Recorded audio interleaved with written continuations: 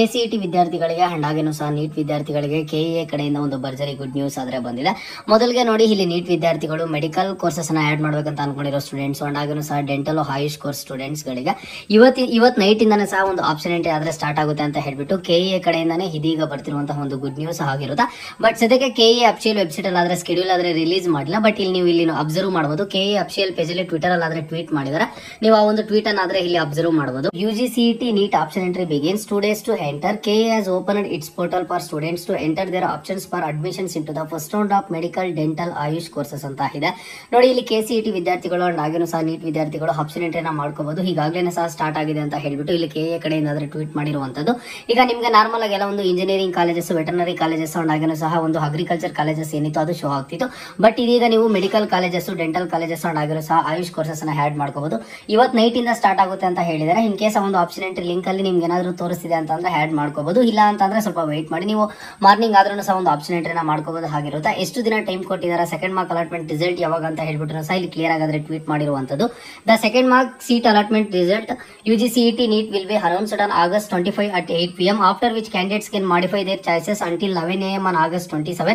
The final seat allotment result is scheduled to be released on September 1st at 6 PM ಅಂತ ಇದೆ.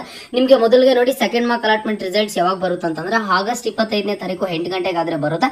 ಮತ್ತೆ ನಿಮ್ಗೆ second mark allotment results ಬಂದಿದ್ದ ಆದ್ಮೇಲೆ colleges ಅನ್ನ ಎಡಿಟ್ ಮಾಡ್ಕೊಳ್ಳೋದಕ್ಕೆ, ಮಾಡಿಫೈ ಮಾಡ್ಕೊಳ್ಳೋದಕ್ಕೆ ನಿಮ್ಗೆ ನೋಡಿ ಆಗಸ್ಟ್ 27ನೇ ತಾರೀಕು 11 ಗಂಟೆವರೆಗೂ ಟೈಮ್ ಇರುತ್ತೆ. ಅದಾದ್ಮೇಲೆ ನಿಮ್ಗೆ ಫಸ್ಟ್ ರೌಂಡ್ ಫೈನಲ್ ರಿಸಲ್ಟ್ಸ್ ಬಂದು ಸೆಪ್ಟೆಂಬರ್ 1ನೇ ತಾರೀಕು ಸಾಯಂಕಾಲ 6 ಗಂಟೆವರೆಗೂ ಸಹ ಟೈಮ್ ಅನ್ನ ಕೊಟ್ಟಿರ್ತಾರೆ. ಅಂಡ್ ಹಾಗೇನೂ ಸಹ ನಿಮ್ಗೆ ಒಂದು ಇನ್ಸ್ಟ್ರಕ್ಷನ್ ಅನ್ನ ಕೊಟ್ಟಿದ್ದಾರೆ. ನೋಡಿ, candidates are advised to carefully review the seat matrix published on the website and follow the priority guidelines while registering their options.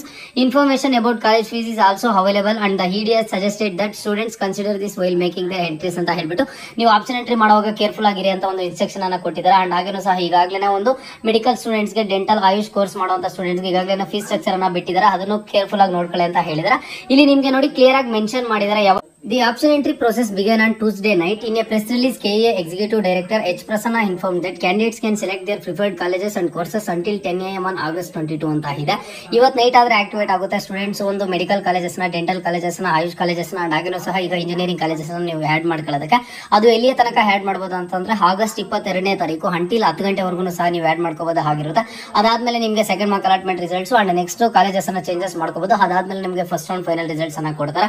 ಎಲ್ಲದ್ರ ಬಗ್ಗೆನೂ ಸಹ ಸಂಪೂರ್ಣವಾಗಿ KA ಕಡೆಯಿಂದ ಟ್ವೀಟ್ ಅನ್ನಾದ್ರೆ ಮಾಡಿ ಡೀಟೇಲ್ಸ್ ತಿಳಿಸ್ಕೊಟ್ಟಿದ್ದಾರೆ. ಬಟ್ ಇದು ಸ್ಕೆಡ್ಯೂಲ್ ಸಹ ಅತಿ ಶೀಘ್ರದಲ್ಲೇ ರಿಲೀಸ್ ಮಾಡ್ತಾರೆ. KA ವೆಬ್ಸೈಟ್ ಅಲ್ಲೇ ಸಿಗುತ್ತೆ. ಸಿಕ್ಕಾಗ ನಾನು ನಿಮ್ಗೆ ಮತ್ತೊಂದ್ಸಲಿ ಅಪ್ಡೇಟ್ ಮಾಡಿ ತಿಳಿಸ್ಕೊಡ್ತೀನಿ.